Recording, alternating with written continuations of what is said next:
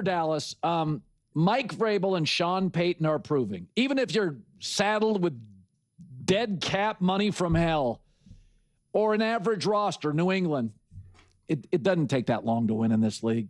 It really doesn't. You watch that game. Denver's got a lot of really good players, and a lot of them Sean Payton has his fingerprint on. Denver's got 4 different receivers, one a rookie from Illinois, all long, all run well, all can catch, and 2 excellent shifty running backs. For the critics, the mock draft critics that criticized the R.J. Harvey pick in the second round, he's good too. Bo Nix is young.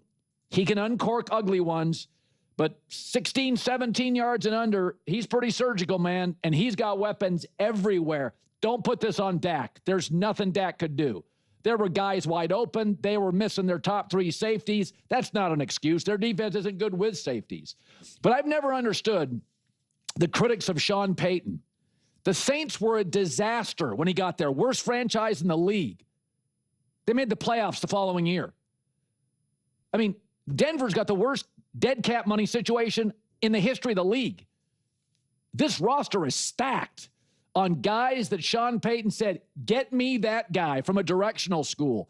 Receivers, running backs. I mean, they got J.K. Dobbins. It cost him a Kit Kat bar. They paid nothing. He's now 3rd in the NFL in rushing. J.K. Dobbins, who for the record is a great guy. Easy to root for because of the injuries. But here's the other thing. Pittsburgh pays a fortune for defense, and they can't stop any good quarterbacks. The Denver offense, bottom 3rd of the NFL in payroll. They can't spend any money on it because of Russell Wilson's contract. They're not paying for this offense yet. So, I mean, I love Bo Nix, but this Denver Broncos have Sean Payton written all over it. And some of these guys, it could have been Bill Walsh or Jimmy Johnson or Bill Parcells or Mike Vrabel and McVay and Andy Reid and Sean Payton.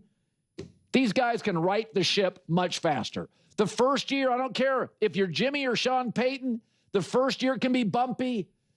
But Sean's one of those rare guys that knows personnel. You could put him watching film like a GM. He knows it. His footprint is all over this roster. It's almost like in Hollywood. If you watch a movie, I always look not at the actors. First thing I always look for in a movie is who's the director. Scorsese, Spielberg, Christopher Nolan, the Coen brothers. Doesn't mean it's going to win an Oscar. It doesn't mean Vrabel and Sean Payton are going to win a Super Bowl. But you know the movie's good made, smartly constructed, thoughtful. There's nothing Dallas can do. There's nothing Dak can do. Denver's roster, I said this a couple years ago about Indianapolis. Everybody was banging on Chris Ballard, the GM, and I said, are you watching the same team I am? I said it last year. The Colts got players everywhere. They just have to have a competent quarterback. This Denver roster, maybe it's not Philadelphia. Man, they got dudes everywhere. I mean, that receiving core, you can go Cortland Sutton, you can go Franklin, the kid out of Illinois, you go Mims, Harvey, Dobbins, and Bo Nix. Underneath stuff especially, I think Sean Payton is coaching them for the playoffs. He is throwing the ball down the field more because he wants this team to be able, if they go in against the Mahomes or a Josh Allen or a Herbert and they trail and they have to play catch up. I'm watching it. I feel like Sean Payton has got his eyes way down on the horizon. That he is forcing Bo Nix, get it downfield, throw the ball downfield. But I love the roster. Yeah. So do I, Colin. So do I. I'm so fired up about Denver Broncos right now, man. I'm so fired up. I really am. This offense and defense absolutely did exactly what they needed to do. Exactly what they needed to do. And they did it near flawlessly.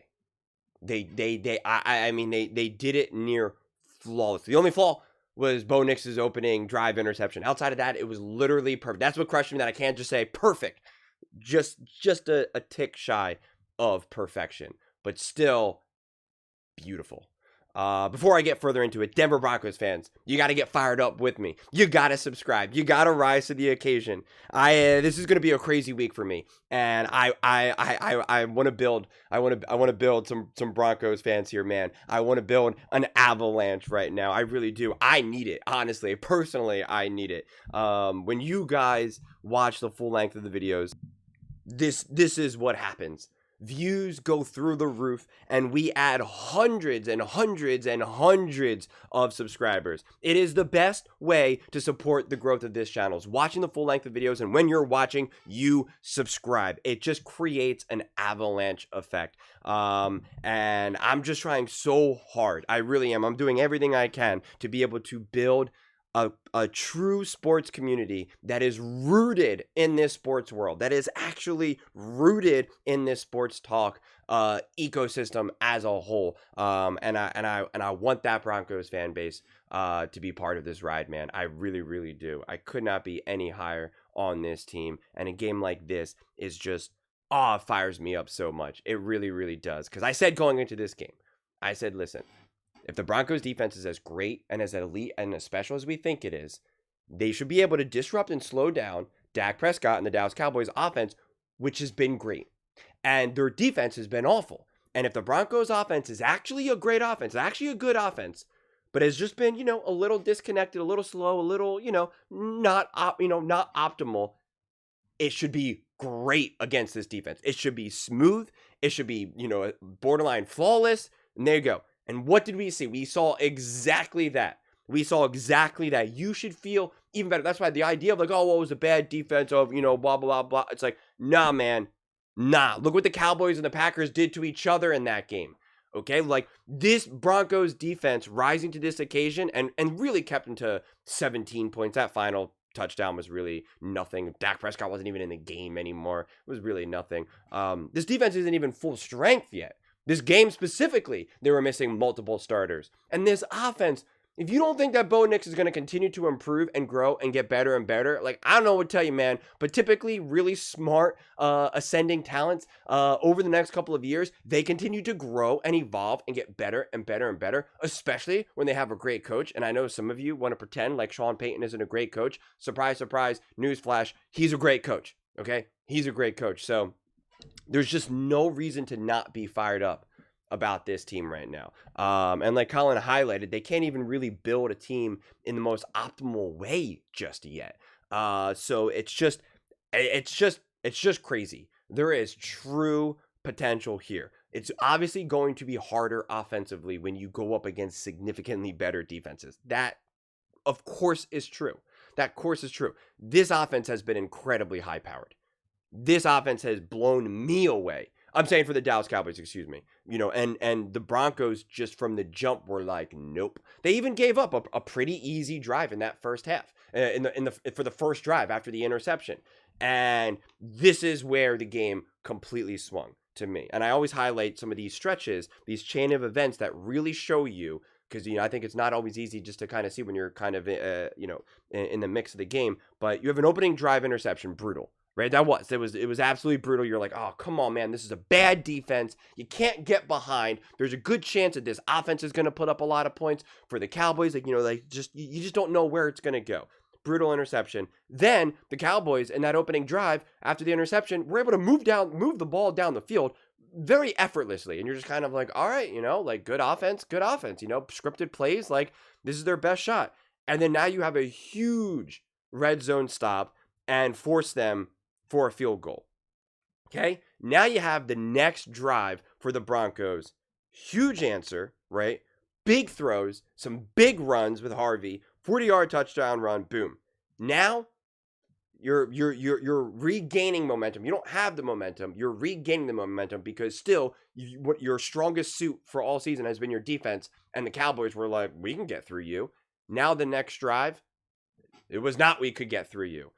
Taking a massive sack, forcing them to punt, and then now immediately the momentum feels fully regained. It's like, yeah, we made a little bit of a mistake in that first drive, and yeah, we let them kind of get their chunks in that opening drive for the Cowboys, kind of threw us off a little bit, but like we're back in control now. We are in the driver's seat. And like I wrote in my notes, each play felt like it set up the next. And that's what was awesome. Each play was connected to the previous one. If you remember, Kurt Warner kind of highlighted this. I think it was against the Jets game when they were international, and he was kind of he really kind of, I think it was Kurt Warner. I think when he highlighted how, and again I forget which exact plays it were, which exactly what the plays were, but he was kind of talking about how, like, hey, like that big pass for the touchdown was all set up by like these 3 or 4 plays earlier. And it's just that is where Sean Payton can thrive, and it felt like we saw that the entire game. It just felt like the game plan, the coaching, and the players, for the first time all season long, everybody was on the same page. Everybody was on the same page. Everybody was talking to each other, and it was perfect. I made this this very cheesy comment yesterday in the post game clip. It was like a choreographed dance routine. I mean, that's really what it was. It was like a choreographed dance routine, and it was just perfect to see. It was poetry in motion. And so it wasn't a matter of just like, oh, well, these players are wide open, and oh, well, the Cowboys can't tackle, so of course you're gonna get like 10 yards. Like, no, like, it was highly executed. Did they take advantage of a bad defense? Undeniably. But it wasn't just like, well, our guys are better than your guys. That's how the Philadelphia Eagles beat the Cowboys last, week 1. Now, it was week 1, so week 1's always a little weird. But it was not choreographed. It was not. It was Jalen Hurts actually really put that team on his back in that first game. And so you watch that game and you're like, yeah, you can feel good. The Eagles won, the offense, they were able to score some points and whatnot week 1. But the points that they scored and how they did it, it was just like, our players are better than your players. That's how they won. That's not how this game unfolded. It wasn't just like, yeah, we know you're a bad defense. Our players are just better than yours. That's not what it was. That's not how you get a play like with Bryant. That's not how you get a big run with Harvey. It's done with actual execution, with game plan, play calling, game management. That's what it was.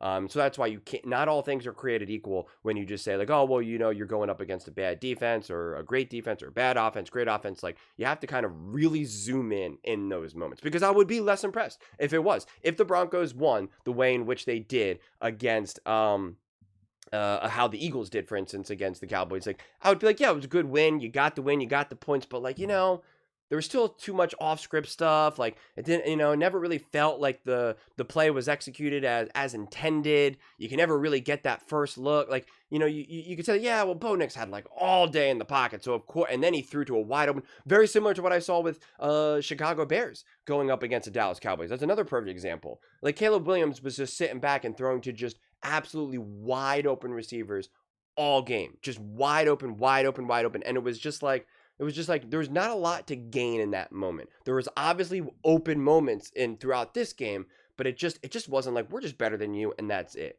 It was like, we're not only better than you, we not only have the better guys, but we're also coached and we just run our offense better than what you're capable of doing defensively. So that's why, to me, it gets a much more bigger check mark than just kind of a throwaway, especially when this Broncos offense has, like I said, it hasn't been playing at the level that I believe it could. So the defense proved who they are, and the offense also proved who they are. So it's just, victories all around, honestly. So just special, man. Just an awesome game. I'm looking forward to first things first, because I'm going to get on that. Definitely, where Nick Wright himself said, do you believe that the Cowboys could score 20 points? All right, well, then if they can, then the Broncos lose, because the Broncos offense is awful. And it was just like, that's a lack of respect for the Denver Broncos right now. And in all intents and purposes, the Cowboys didn't really score 20, over 20 points. They really, with Dak, only scored 17. Let's be clear about that. But even if we want to play that game 24, the Broncos ended up winning by 20. Okay, so they could have even given the Cowboys even more points. They could have been like, yeah, we'll give you another 15 just for fun. And the Broncos still would have won that game. That's why, you got to be careful saying certain things with your chest out. But those are just my thoughts. I'd absolutely love to hear yours. What do you guys all think about the Denver Broncos taking down, dominating, destroying, annihilating the Dallas Cowboys? Let me know in the comments below. I read every single comment. So whether you agree with me or disagree with me, either way, let's get in some discussions. Let's get in some fights. But ultimately, let's just have some fun. And please do consider subscribing. We are building an amazing community here, and absolutely love to see you part of it. I want to build something that we all generally feel connected to, and I think we're well on our way to doing it. And please don't forget to give this video a thumbs up, as it really does help with visibility and the algorithm. Thank you so much. See you next time.